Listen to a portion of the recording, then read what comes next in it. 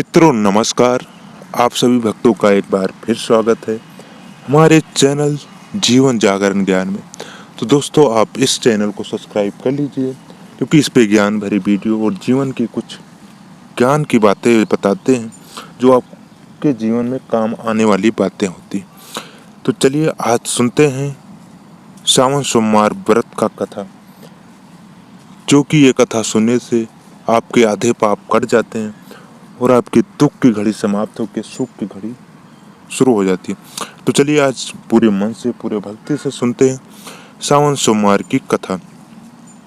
सावन सोमवार व्रत की कथा सुने। ये खास कथा सुनने के बाद वर्षे की भगवान महादेव की आपके ऊपर कृपा।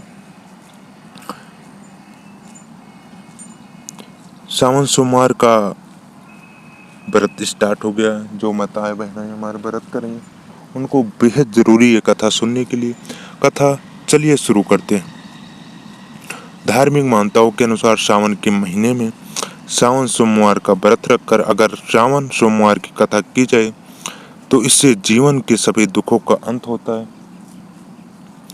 साथ ही भगवान शिव अपने भक्तों की सभी मनोकामनाएं पूर्ण करते हैं। तो चलिए कथा का शुरुआत करते हैं।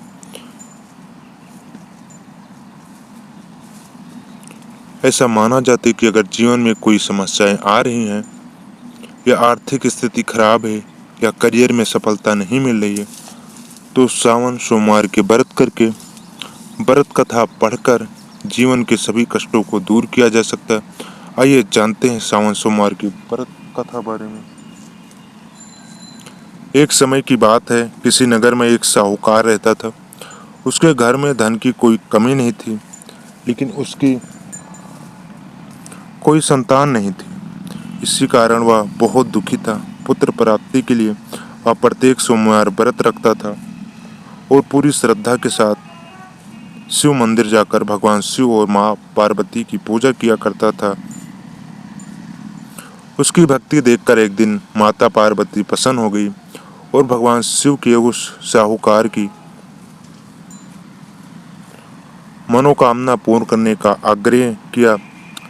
माता पार्वती जी की इच्छा सुनकर भगवान शिव ने कहा, हे पार्वती, इस संसार में हर प्राणी को उसके कर्मों का फल मिलता है और उसके भाग्य में जो लिखा है उसे भोगना ही पड़ेगा। लेकिन माता पार्वती जी ने साहूकार की भक्ति का मान रखने के लिए उसकी मनोकामना पूर्ण करने की इच्छा जताई।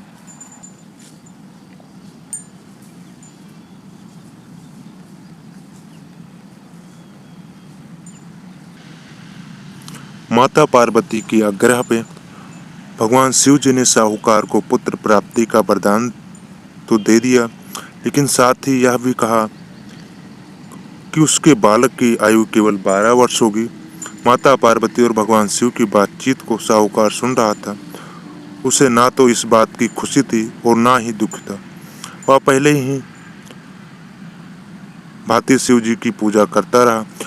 कुछ समय के बाद साहूकार के घर एक पुत्र का जन्म हुआ। जब वह बालक 11 वर्ष का हुआ तो उसे पढ़ने के लिए काशी भेज दिया गया। साहूकार ने पुत्र के मामा को बुलाकर उसे सारा धन दे दिया और कहा कि तुम इस बालक को काशी विद्या प्राप्ति के लिए ले जाओ और मार्ग में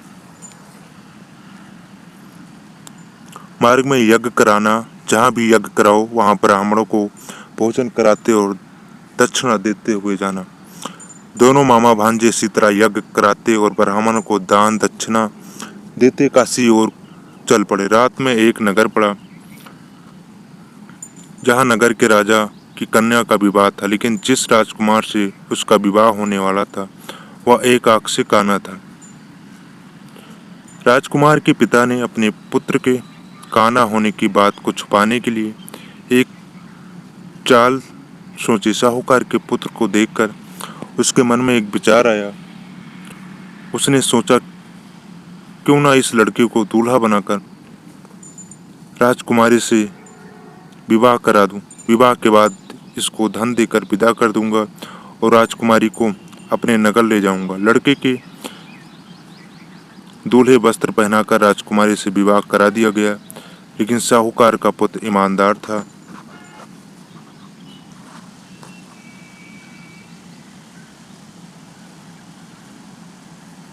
उसे यह बात न्याय संगत नहीं मिली। उसने अवसर पाकर राजकुमारी की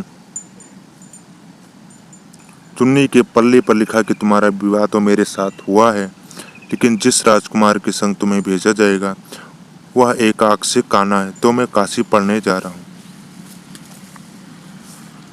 जब राजकुमारी ने चुन्नी पर लिखी बातें पढ़ी तो उनसे माता पिता को यह बात बताई। राजा ने अपनी पुत्री को विदा नहीं किया, जिससे बारात वापस चली गई। दूसरी ओर साहूकार का लड़का और उसका मामा काशी पहुंचे और वहां जाकर उन्होंने यज्ञ किया। जिस दिन लड़के को आयु 12 साल की हुई उसी दिन यज्ञ रखा गया। लड़के ने अपने मामा से कहा कि मेरी तबीयत कुछ ठीक नहीं है। मामा ने कहा कि तुम अंदर जाकर सो जाओ। शिव जी के वरदान अनुसार कुछ ही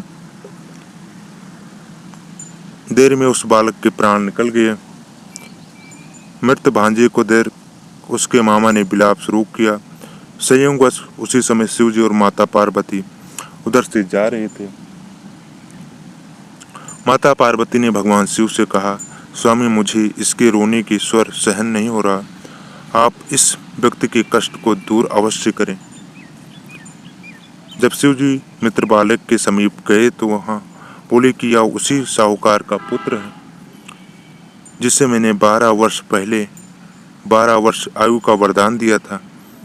अब इसकी आयु पूरी हो चुकी, लेकिन मात्र भाव से विभोर माता पार्वती ने कहा कि हे महादेव, आप इस बालक को आयु देने की कृपा करें, अन्यथा इसके वियोग में इसके माता पिता भी तड़प तड़प कर मर जाएंगे। माता पार्वती के आज्ञा पर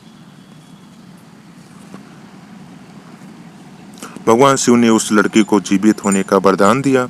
शिव जी की कृपा से वह लड़का जीवित हो गया। शिक्षा समाप्त करके लड़का मामा के साथ अपने नगर की ओर चल दिया। दोनों चलते हुए उसी नगर में पहुंचे जहां उसका विवाह हुआ था। उस नगर में भी उन्होंने यज्ञ का आयोजन किया। उस लड़के के ससुर ने उसे पहचान लिया और महल में ले जाकर उसकी खातिरदारी की और अपनी पुत्री को विदा किया। इधर साहूकार और उसकी पत्नी भूख प्यास से रहकर बेटे की प्रतीक्षा कर रहे थे। उन्होंने प्रण रखा था कि यदि उन्हें अपने बेटे की मृत्यु का समाचार मिला तो वह भी प्राण त्याग देंगे, परंतु अपने बेटे के जीवित होने का समाचार पाकर वह बेहद प्रसन्न हुए। उसी रात भगवान शिव ने व्यापारी के स्वप्न में आकर कहा, हे भक्त, मैंने तेरे सोमवार व्रत करने और व्रत कथा सुनने से प्रसन्न होकर तेरे पुत्र को लंबी आयु प्रदान की है। इसी प्रकार जो कोई सोमवार व्रत करता है या कथा सुनता है और पढ़ता है, उसके सभी दुख दूर होते हैं और समस्त मनोकामनाएं पूरी होती हैं। तो दोस्तों, आप भी कथा सुनिए और आप भी सावन सोमवार का व्रत कीजिए। और कथा कैसी लगी कमेंट में जरूर लिखें और हर हर महादेव लिखना ना भूलें। और मिलते एक नई वीडियो में, तब तक के लिए जय भोलेनाथ, जय महादेव।